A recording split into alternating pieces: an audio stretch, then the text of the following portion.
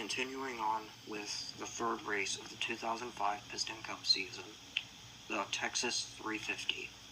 We left off with me starting at pole position, and I would lead for the first 85 laps of the race. Yeah, 85. During this time, on lap 2, the rivals of Eugene Carbareski and Ken Schrader would wreck each other, and Ruby Easy Oaks would accidentally wreck himself and Murray Clutchford on lap 30. And on lap 64, Kurt Busch-Tire would try to wreck Sonic OMT. But this gets Sonic OMT very angry, and over the course of lap 64 to 94, Sonic OMT and Kurt Busch-Tire would shove each other. This causes them both to go down 5 laps, and here is an image of them trying to wreck each other during those 30 laps.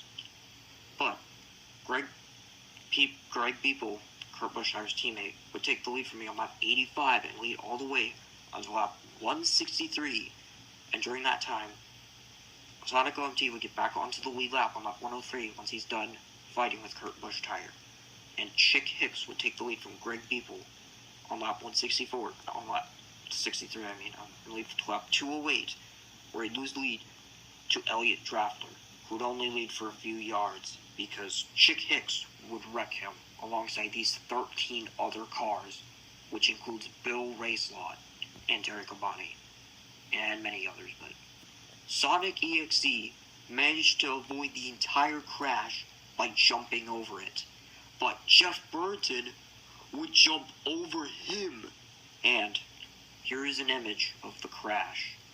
Sonic EXE and Jeff Burton managed to avoid this entire massacre caused by Chick Hicks. And unfortunately, he would take back the lead at the beginning of lap 209 and lead until lap 247. But during that time, Matt Karzith would have a 10-second lead on lap 230, and Chick Hicks would actually make a clean pass once those 10 seconds were up. And Lucas 95 would take the lead from Chick Hicks on lap 247, lead to lap 291. During that time, Kurt Busch-Tire would get back onto the lead lap on lap 255. But unfortunately, his teammate Mark Carton would have an engine failure on lap 273. Their other teammate, Greg Beeple, would take the lead on lap 291 and lead to lap 319. Once he's done leading, his teammate Kurt Busch-Tire would take the lead from him. He would only lead until lap 321 because on that lap, Sonic OMT would shove Kurt Busch-Tire into the wall and then take the lead for himself. He would lead until lap 329, but on that lap, Kurt Busch-Tire would sideswipe Sonic OMT. This causes Sonic OMT to go down a lap, and then Kurt Busch-Tire would take back the lead and lead to lap 334 before Hall Ingus would take the lead from him. He would lead to lap 340 before losing it to me on that lap.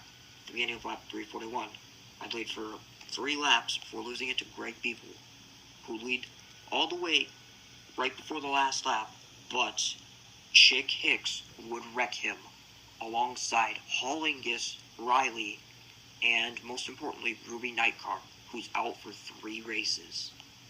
And this also causes Sonic OMT to go down another lap.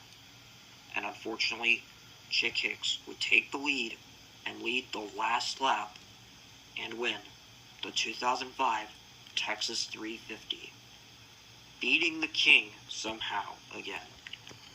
He and Lightning McQueen would both finish the same position they finished in the Florida 500, finishing 4th, right ahead of Lucas 95, who finished 4th this race, ahead of me, rounding out the top 5, and then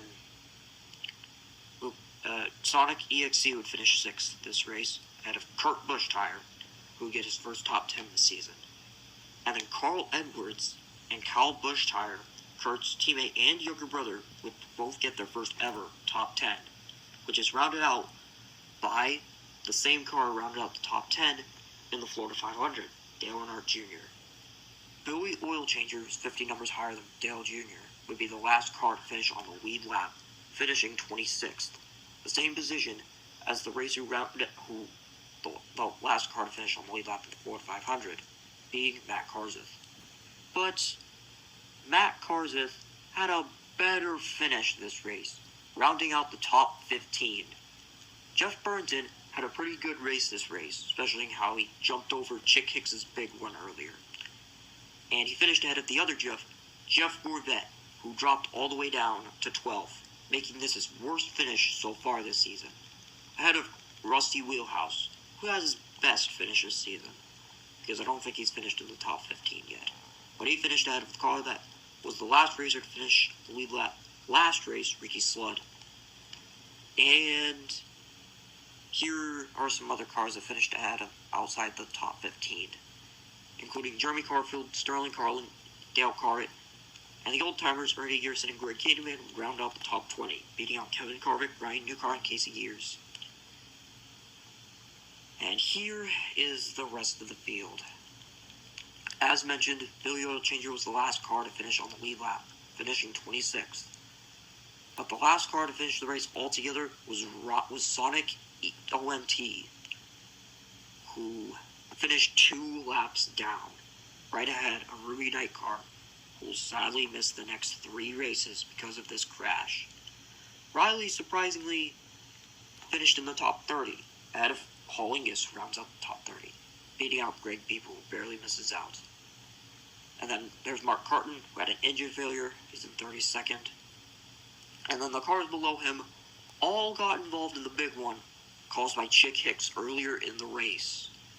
Same with these guys, except for Murray Clutchburn, who's all the way down in 47th, because he got wrecked by Ruby Easy Oaks earlier in the race, as well as Ruby Easy Oaks himself.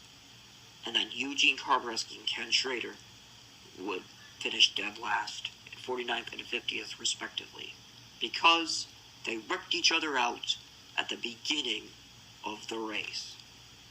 Before we end the video, here is what Sonic OMT had to say after finishing the race 2 laps down, also saying something rather rude to Kurt Busch-Tire and Chick Hicks. But Piston Cup officials were not happy about this quote, so Sonic OMT will be suspended next race. So don't expect him to be in the next race of the 2005 season. And that next race is the Olympus 400. See you then.